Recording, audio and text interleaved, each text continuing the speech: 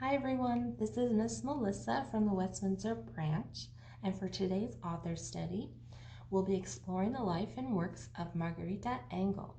Margarita Engle is an award-winning Cuban-American author of children's books and books for teens. She writes all of her books in verse, which means that all of her stories are written in the form of poems. Margarita Engle grew up in Los Angeles, but draws a lot of her inspiration from Cuba, which is where her mother is from and where she visited during the summer as a child.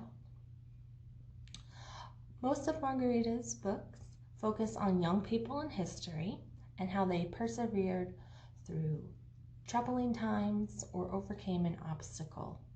Her novels are beautifully written and beautifully illustrated and allow us, the reader, to explore history and Cuban culture.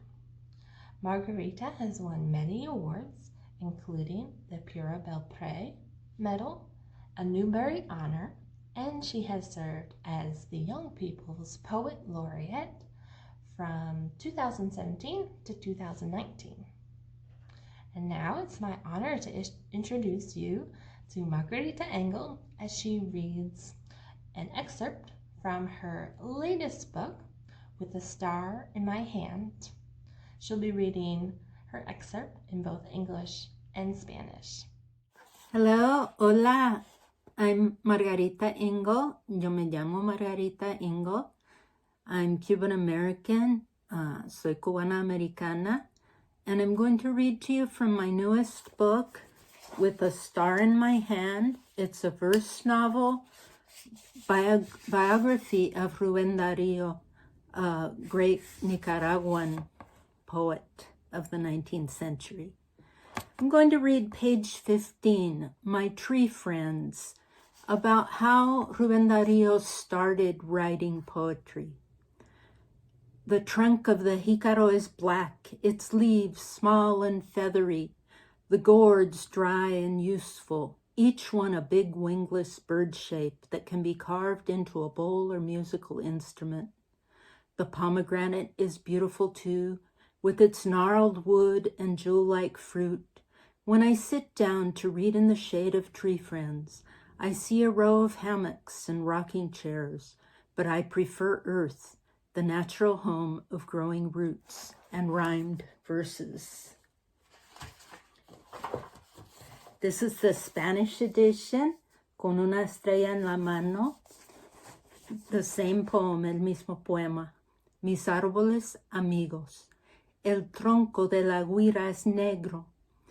Sus hojas pequeñas y plumosas, las jícaras secas y útiles, cada una un gran pájaro sin alas, que puede ser tallado y convertido en un pozuelo o un instrumento musical.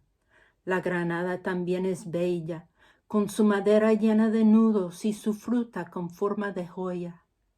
Cuando me siento a leer a la sombra de mis árboles amigos, veo una fila de hamacas y sillones, pero prefiero la tierra, el hogar natural de las raíces que crecen y los versos que riman. And I chose that poem because I'm the same way. I love to write in nature. I love the music of poetry, and I love to write sitting under a tree. Thank you. Gracias. Now I'd like to introduce you to some books by Margarita Engle. All of these books can be placed on hold at the library's website, www.mcl.org. First up, we have Drum Dream Girl, How One Girl's Courage Changed Music. Girls cannot be drummers. Long ago, on an island filled with music, no one questioned that rule, until the Drum Dream Girl.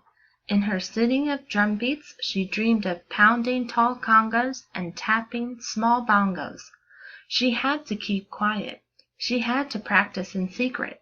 But when at last her dream-bright music was heard, everyone sang and danced and decided that both girls and boys should be free to drum and dream. Summer Birds, the Butterflies of Merian. In the Middle Ages, people believed that insects were evil, born from mud in a process called spontaneous generation. Merian was only a child, but she disagreed. She watched carefully as caterpillars spun themselves cocoons, which opened to reveal summer birds, or butterflies and moths. Maria studied the whole life cycle of the summer birds and documented what she learned in vibrant paintings. This is the story of one girl who took the time to observe and learn, and in so doing disproved a theory that went all the way back to ancient Greece. All the way to Havana. So we purr, cara cara, and we glide, taka taka, and we zoom, zoom, zoom. Together, a boy and his parents drive to the city of Havana, Cuba, in their old family car. Along the way, they experience the sights and sounds of the streets, neighbors talking, musicians performing, and beautiful, colorful cars putt-putting and bumpity-bumping along. In the end, though, it's their old car, cara cara, that the boy loves best. Dancing Hands. How Teresa Carreño played the piano for President Lincoln. As a little girl, Teresa Carreño loved to let her hands dance across the beautiful keys of the piano. If she felt sad, music cheered her up, and when she was happy, the piano helped her share that joy. Soon she was writing her own songs and performing in grand cathedrals. Then a revolution in Venezuela forced her family to flee to the United States. Teresa felt lonely in this unfamiliar place, where few of the people she met spoke Spanish. Worst of all, there was fighting in her new home too, the Civil War. Still, Teresa kept playing, and soon she grew famous as the talented piano girl who could play anything from a folk song to a sonata. So famous, in fact, that President Abraham Lincoln wanted her to play at the White House. Yet, with the country torn apart by war, could Teresa's music bring comfort to those who needed it most? The Flying Girl. How Aida de Acosta learned Soar. On a lively street in the lovely city of Paris, a girl named Aida glanced up and was dazzled by the sight of an airship.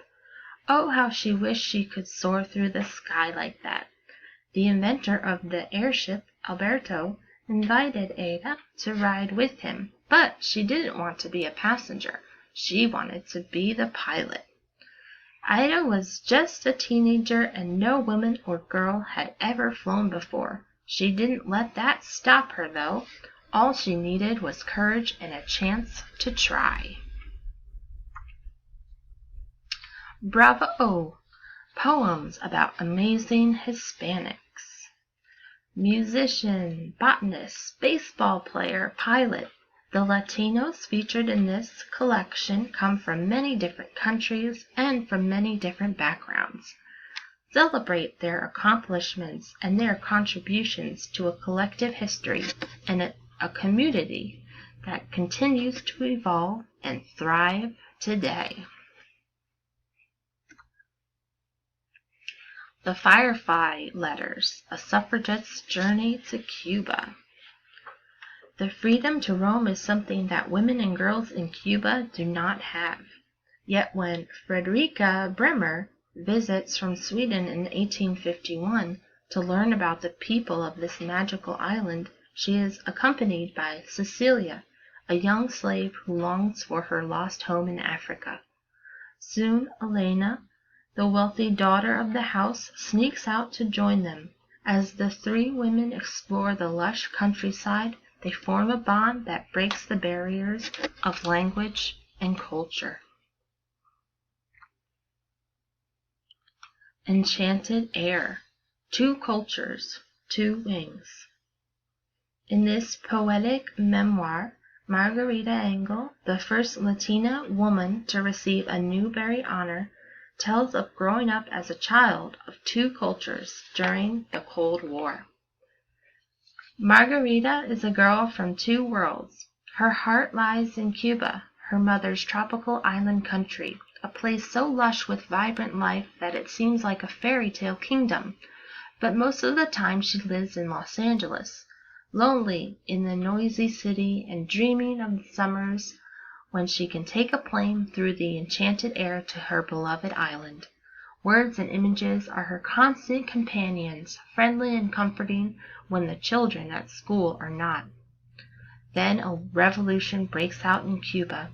Margarita fears for her faraway family. When the hostility between Cuba and the United States erupts at the Bay of Pigs invasion, Margarita's worlds collide in the worst way possible. How can the two countries she loves hate each other so much? And will she ever get to visit her beautiful island again? Jazz Owls, a novel of the Zoot Riots. Thousands of young Navy sailors are pouring into Los Angeles on their way to the front lines of World War II. They are teenagers, scared, longing to feel alive before they have to face the horrors of battle. Hot jazz music spiced with cool salsa rhythms calls them to dance with the local Mexican-American girls who jitterbug all night before working all day in the canneries.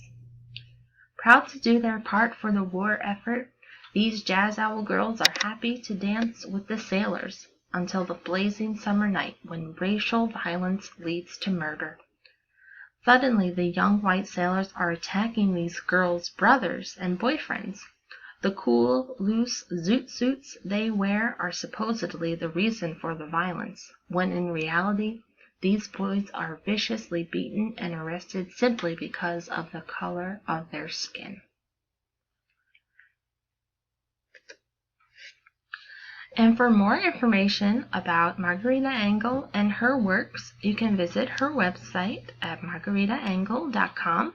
And to place a hold on any of her books mentioned, and there's quite a few more, please visit www.mcl.org.